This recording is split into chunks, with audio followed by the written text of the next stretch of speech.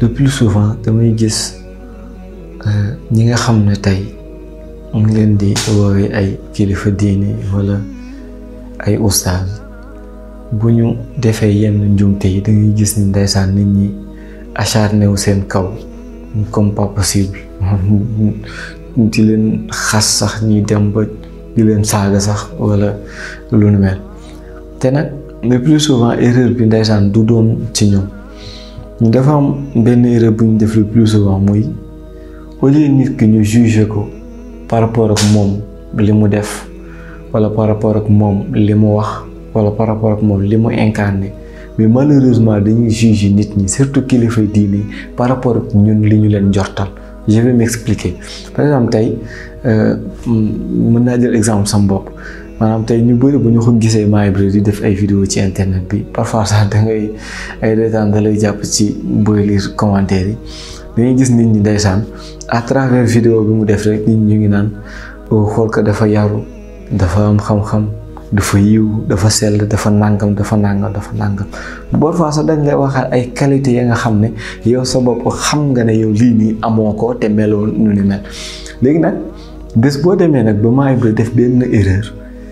léegi dootuñu ko juger par rapport ak moom li mu doon incarné mais dañ koy juger par rapport ak moom li ñu ko njortal fa lay nekk naan xool ko moom mi doon jaay ne dafa sell moo xëy def nàngam xool ko moom mi doon jaay ne dafa am xam-xam moo tax moo def sàngam xool ko moom mi doon jaay ne dafa yiw moo def sàngam wala nàngam wala nàngam te en réalité moom Maha Ibra mosul toog ne leen man dama sell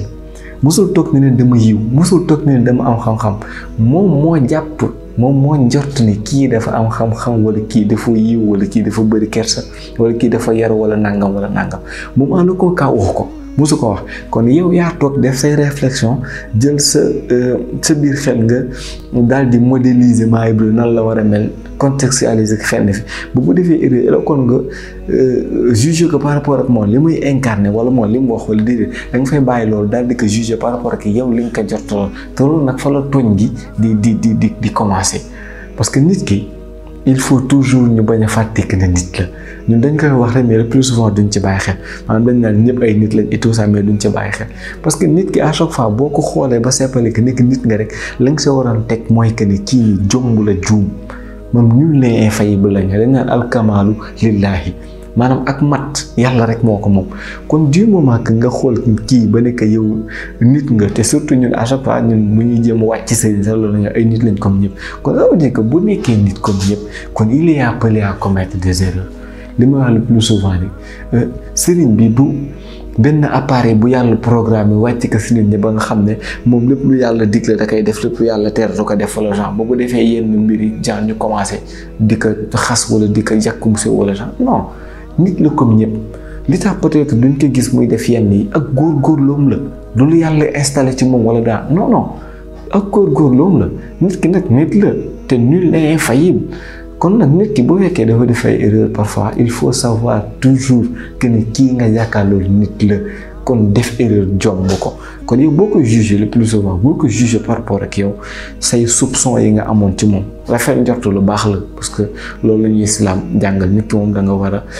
rafet njortu jëm sa moroom jullit ndax yàlla moo ñu jàngal ci téereem ba nañu lenn sa njortu yi ay bàkkaar la Yonent alayhi salaam jàngal nañu yàlla mu ngi taxaw si njortal jaam bi mu ne kon lépp lu ngeen di njortu ci way gëm bi rek mu doon aw yiw mais nag parfois ñun suñu njortu boobu day ëpp ba dañuy fàtte ne lii ñun ñoo ko njort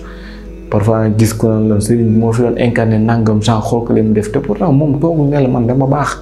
toogul ne la man du ma def bàkkaar yow yaa toog nga déduire loolu ci moom quoi ça veut dire que kon nit ki boo ko juge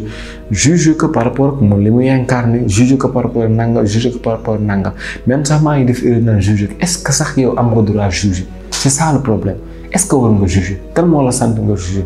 parce que état nit ki yombul juger mooy dafay changer chaque instant. nit ki mën nga ko quitter léegi nii fekk bi nga koy quitter mu ngi ci état wu nangam nga quitter ko ci diggante bi changement dikkal ko ba mu changer état mooy comme par exemple bi may jël le plus souvent rek par exemple tey ki nga xam ne xamul caméléon ni muy marché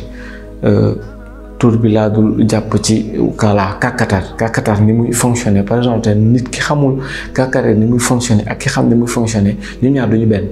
ñi xamante ne xamuñu kàkkatar ni muy fonctionner mën na juxuloo parce que mën na ko fekk kàkkatar bi mel couleur bi keneen ki ñëw fekk ko mel couleur bi ñu ñuy toog di werante kii naan nii la mel kii naan parce que xamuñu ne kooku dafay changer à chaque instant par rapport ak li muy jàpp léegi nag ki xam loolu peut-être moom mën na mucc ci loolu noonu nit nag noonu la mel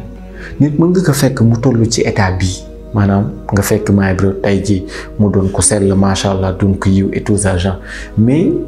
ci benn laps de temps bu gàtt ay heure ay jours ay semaines et tout ça mën na yàqu ba mujjee doon koo xamante ne sell ten ko doon di kii quitté mais aussi tamit sens contraire mën na nekk nit ki mën na doon koo xamante ne day yàlla ma yàlla jégal mais jikkoom du rafet ba ñëpp duñu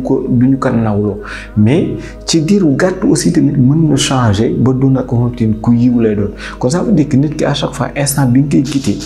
si diggante bi rek changement mën na am moo tax ma la bul ko juger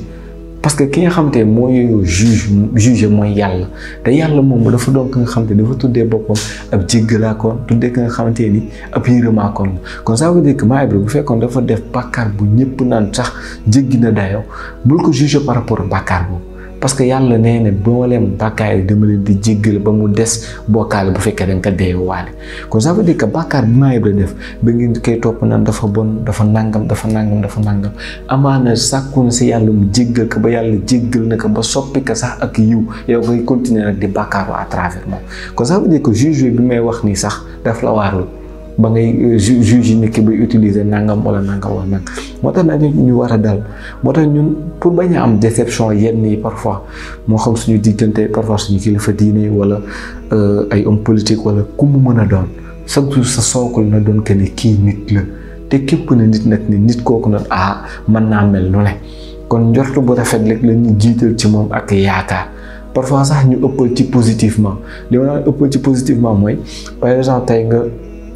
gis Maye Bro déjà yaakaar ci moom yiw yaakaar ci moom sell te yaakaar ci moom kersa et tout ça nga jékki sa dégg Maye Bro def na nangam yow boo teeyul la da nga naan déedéet defu ko am ñoo te dañuy sax am sañ-sañu taxaw di waat naan defu ko te nag nit ki encore une fois que nit la Maye Bro mën na la wan ne la dama jiwu dama sell et tout ça te fekk en réalité jegew ko sax xaaju sax ba koy jege ko kon yow tu ne peux pas te baser sur nit koo xamante ne ci internet la nga koy gis waa gis ko mu toog nii def benn vidéo 30 minutes et tout ça fekkee waat ci occupation nga bëgg ko juger par rapport ak loolu naan non kii ni ma ko gisee ni mu yiwee ni mu si non sañoo def nangam wala nangam non nit ki moom bul di juger quoi parce que boo ko essayé rek boo moytuwul di nga juum